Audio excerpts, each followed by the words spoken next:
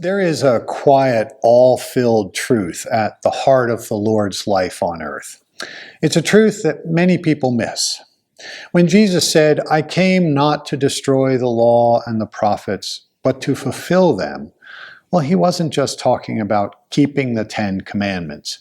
He was speaking of something far deeper, something cosmic in scale, yet tenderly personal in its meaning. I want to take a look at that today.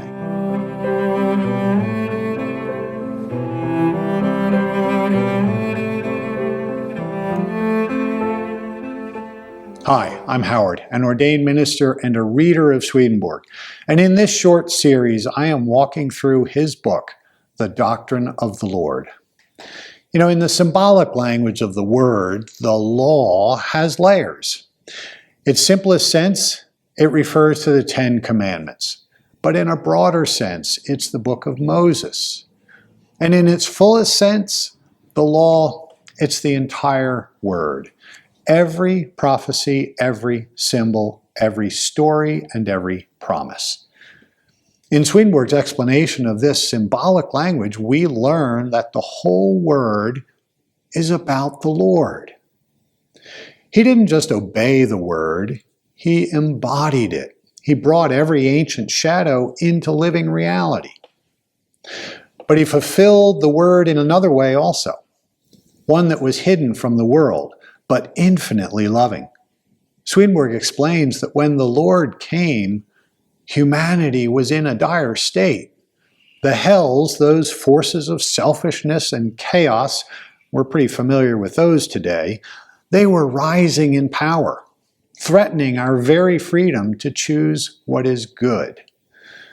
And the Lord didn't fight this battle with earthly weapons. He fought through inner battles. His temptations in the wilderness, his agony in Gethsemane, his suffering on the cross, these were the final clashes of a lifelong spiritual war. The prophets, they saw this coming. They used the symbolic language of the word to describe it. They spoke of the one treading the winepress alone, and of a mighty one whose zeal would clothe him like armor. When the Lord said on the threshold of the cross, "Take heart, I have overcome the world," he meant he had overcome the darkness itself. He reordered the chaos. He cleared a path from earth to heaven that can never be closed again. All of this, every victory won, was not for his sake, but for ours. He made himself accessible as the divine human, a God we can actually know, approach, and trust. Think of the places in your own life where chaos presses in, where confusion clouds your thinking, or where an old fear resurfaces with mountains of guilt. The Lord has already walked the deepest valley. He's already faced the darkest night. He's already overcome everything that threatens your heart. So here's the question I want to leave you with today. Where in your own life do you need to remember that the Lord has already overcome the world?